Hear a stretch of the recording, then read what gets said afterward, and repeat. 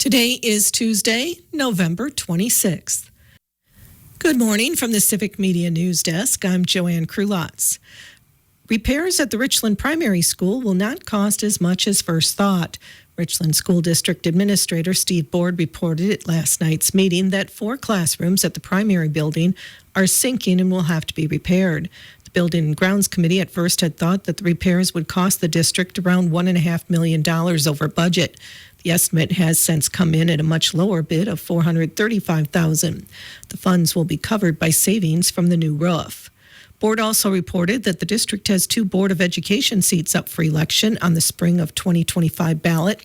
The 2 seats on this ballot are Area 2 West, covering the village of Boaz, and townships of Bloom, Sylvan, Marshall, Aiken, Dayton, Richwood, and Eagle, currently held by Aaron Unbehand, and Area 3 City, currently held by Neil Huntemer. Both are for a 3-year term. Those interested in running for the positions can start circulating nomination forms December 1st. All nomination paperwork is due January 7th. Director of Curriculum and Instruction, Dr. Sherry Johnson, presented the Department of Public Instruction report cards for the Richland School District, Richland Center High School, and Richland Center Intermediate School. The district improved to a 4-star rating with a score of 72 out of 100. This is an improvement over last year's score of 67.7. The high school also improved over last year from 64.8 to 70.1, and the intermediate school improved from 73.9 to 77. The DPI does not provide a report card for buildings that have a low number of students, such as the Partner and Richland Online Academy, as well as for those buildings that only have students under 3rd grade. Johnson reported that chronic absenteeism is a big factor in bringing scores down. The pandemic is still affecting the score of all school averages. Out of the 6 schools in the Southwest Conference, the Richland District is in 3rd place, with River Valley in 1st with a score of 74.1 and Platteville at 72.5. Out of the 10 area school districts, Richland Center is in 2nd place, following River Valley in 1st.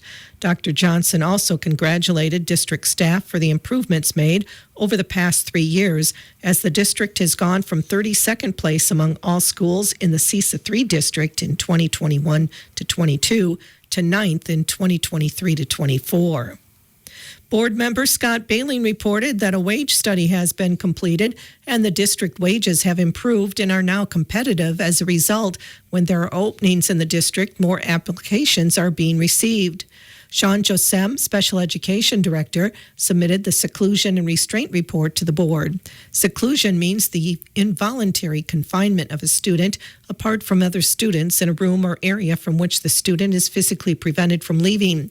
Staff must maintain constant supervision of the student, and seclusion may be used only as long as necessary to resolve the risk to the physical safety of the student or others. Physical restraint means a restriction that immobilizes or reduces the ability of a student to freely move his or her torso, arms, legs, or head.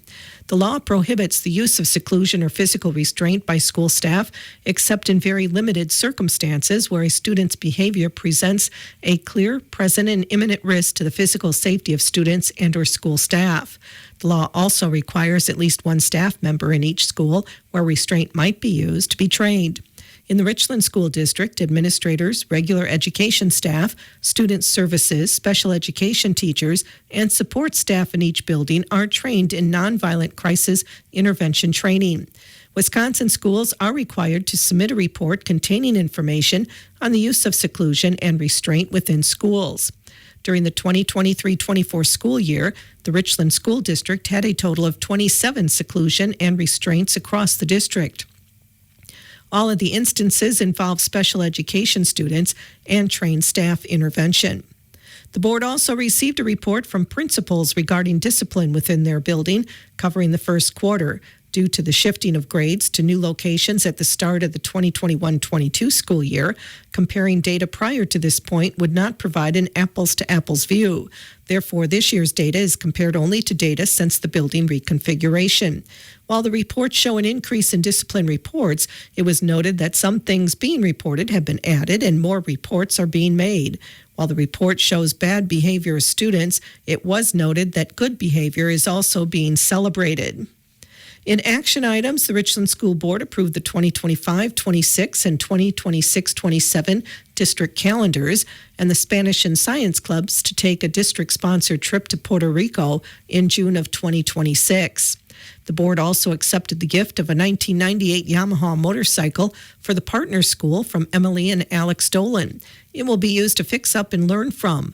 This will be an opportunity to connect with local experts and work together to get the motorcycle running. No students will ride the motorcycle and will not be sold without taking the proper precautions regarding liability. The Richland School Board was also informed that historically, the Southwest Conference has scheduled non-conference games with smaller schools from the SWAL and Six Rivers conferences due to their geographical proximity. However, in late 2023, the Six Rivers Conference committed to a super conference for basketball, baseball, and softball, which requires their schools to play 18 conference games, leaving only 6 non-conference games for basketball and 8 for baseball and softball. This change significantly reduces the SWC team's options for non-conference games, forcing them to look further for opponents. This development has accelerated in discussions about the creation of a 10-team SWAL SWC conference, a concept that has gained momentum recently. Dodgeville Assistant Principal and Activities Director Joey Martin, along with River Valley's Jamie Heglin, are spearheading this realignment effort. In February 2024, they met with SWAL athletic directors and principals to discuss the proposal and provide an update on the ongoing talks. On October 10th, the SWC athletic directors and principals voted to move forward with submitting the SWC SWAL plan to the WIAA following the November AD's principals meeting, officially starting the realignment process. If approved, this plan could take effect in the 2029-2030 school year.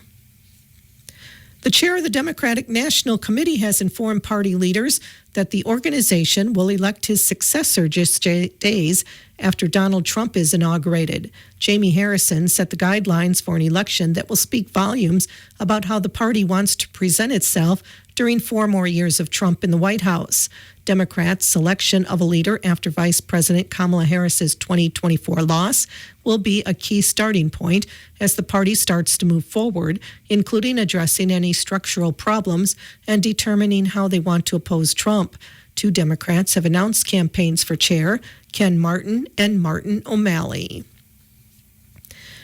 The $32 million from the Department of Transportation will go to create a new program with a goal of incorporating materials that reduce greenhouse gas emissions. DOT will launch a pilot program to study and incorporate evidence-based strategies that will be able to measure an environmental impact of construction materials. The outcomes of this pilot program will be used to inform future infrastructure projects to use more low-carbon transportation materials in Wisconsin.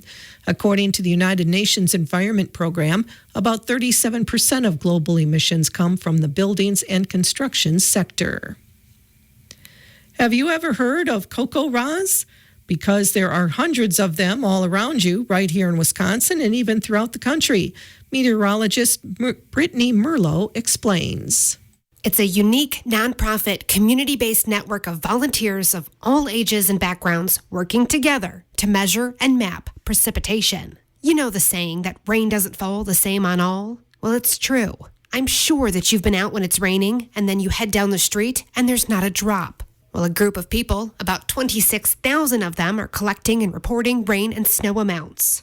COCO-RAS is an acronym for the Community Collaborative Rain, Hail, and Snow Network. And anyone can be a part of it, even you. It originated with the Colorado Climate Center in 1998, and now NOAA and the NSF sponsor it.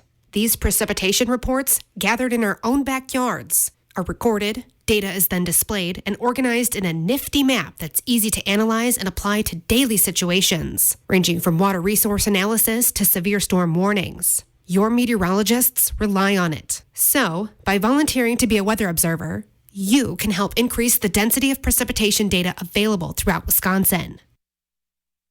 Free training is included and it's easy to sign up. Just head to civicmedia.us, click on the News tab, select Weather, and you'll find everything you need, even a link to affordable rain gauges.